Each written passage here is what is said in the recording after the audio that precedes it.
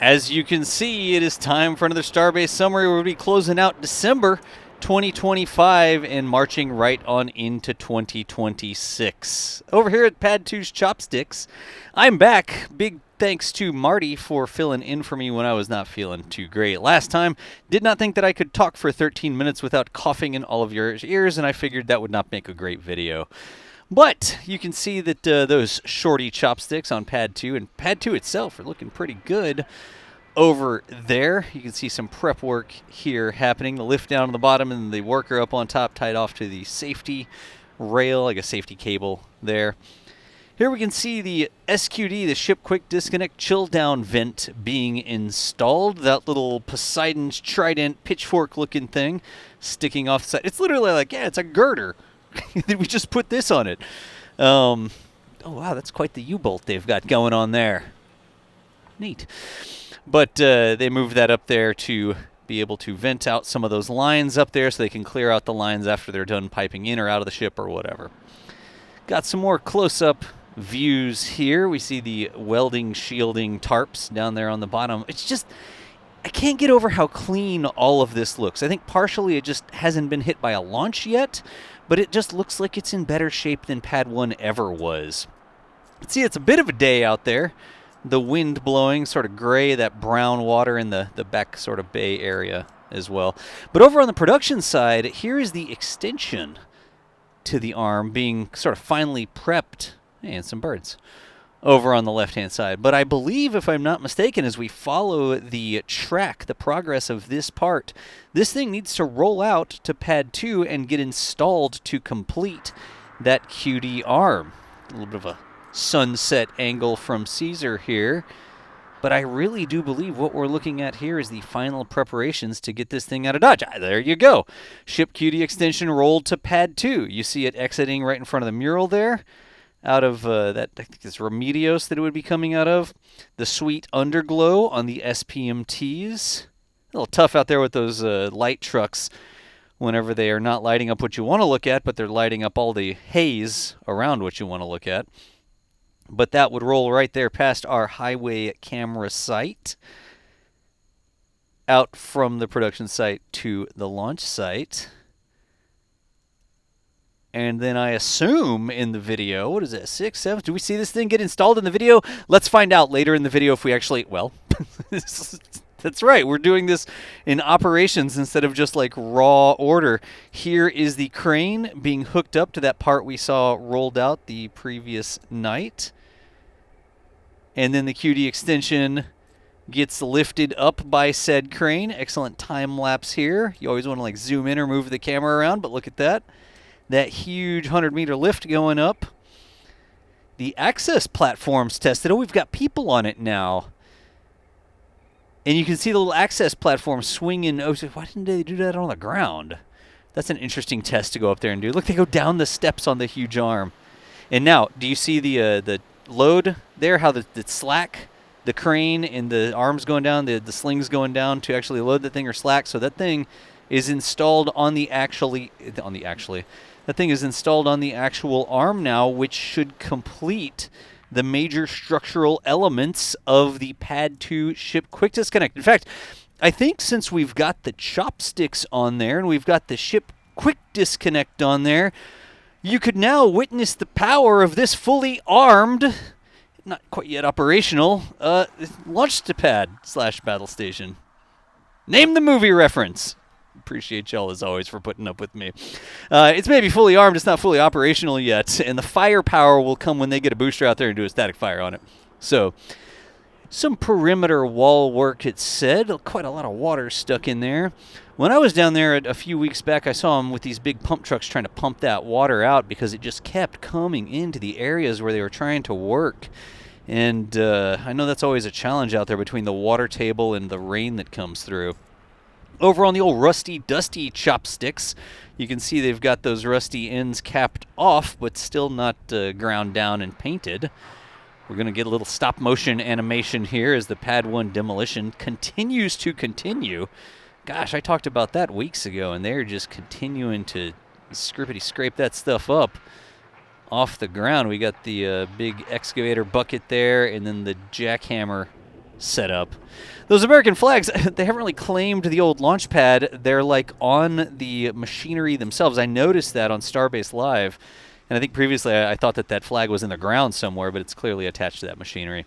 Across the street from Pad 1, there's those ASU compressors in that big electric motor unit. This is the compressor staging, or the stages of the compressor on this side, and that blue thing in the previous shot was the motor unit. We've got some stainless steel braided hose going into the top of that thing. A pressure gauge on the side as well. It looks so temporary. That's so weird. Is it like a temporary installation thing? I don't know. Over at the Starhopper lot, we've got that big thing that's been sitting there for a while. That's a pretty cool shot with the stars in the background. Very nice. Hey! It's our friend Wiley. It says Coyotes Goofing Off. Oh, there are multiple Yotes goofing off like the pack of dogs that they are. It's a little unnerving when you're out there working at night and you hear like 4 or 5 coyotes all yipping away, and then you can like actually hear the yipping move around you. They've never come up to me at night. They come up to our site sometimes when there's no human beings there. We catch them on the security cameras and stuff like that on occasion, but I've never actually been somewhere where the coyotes would come up to me in the middle of the night. It's just a little bit, you hear that yip, yip, yip, yip, yip, yip, like moving around in the darkness, but you can never really lay eyes on them when it's dark all around you. We got another mobile installed over at the Giga Bay, making it very efficient so that you can lift once and attach 4 times. 4 times? 8 times? I mean, there are 2 ends to each of those beams. But we see that quite often as they've continued on with, hey, that had a bag of bolts going with it. Did y'all see the bolts? Scroll back and look at the bolt bag that went up with that girder. Oh, no way! Yes! How cool is that? Last time we got a big, a wider shot of this happening from a distance, but that's the close-up shot of the crane actually installing more main crane parts on itself to make itself taller.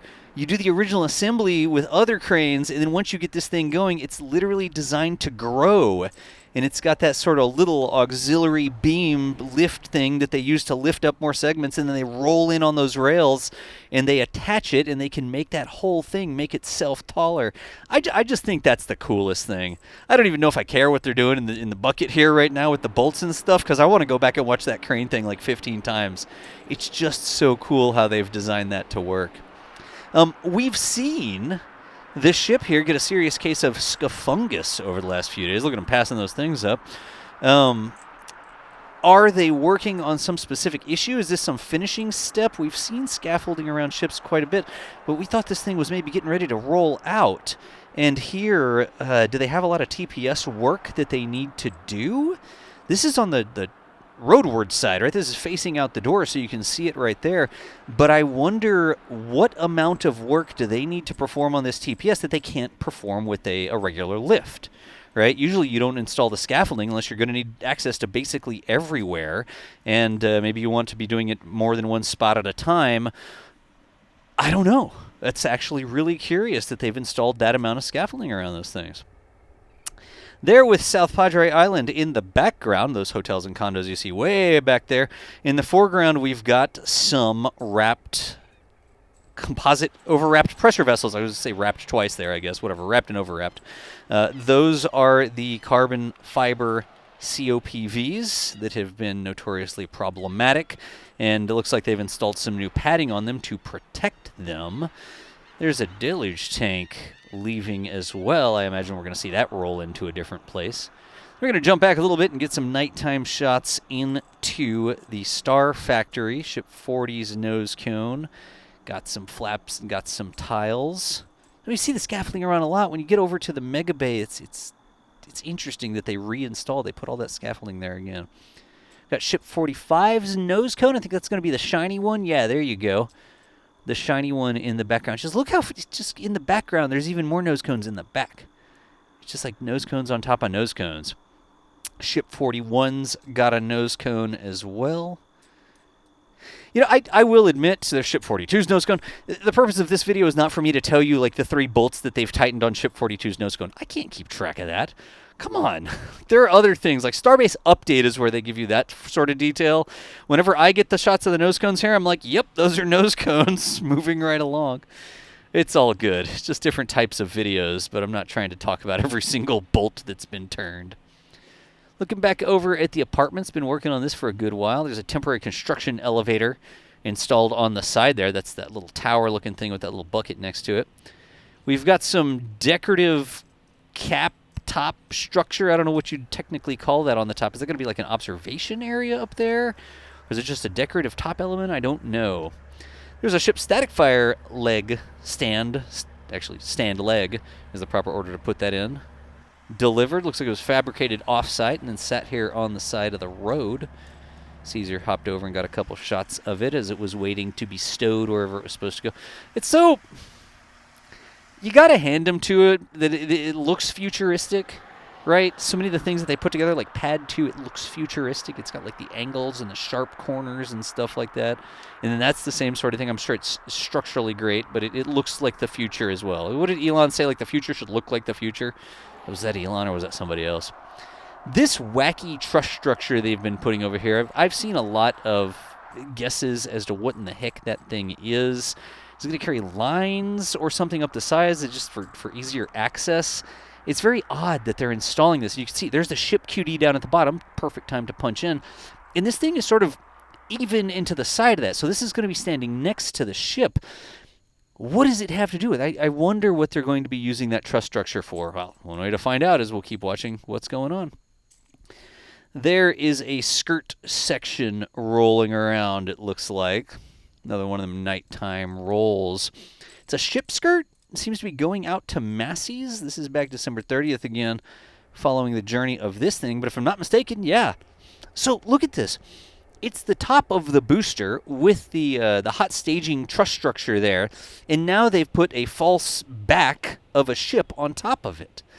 I wonder what they're going to test there. Is there something about the truss structure for the hot staging ring? In order to be a valid test, it needs to have that ship element attached to the top of it to truly represent the environment that thing might launch in or whatever.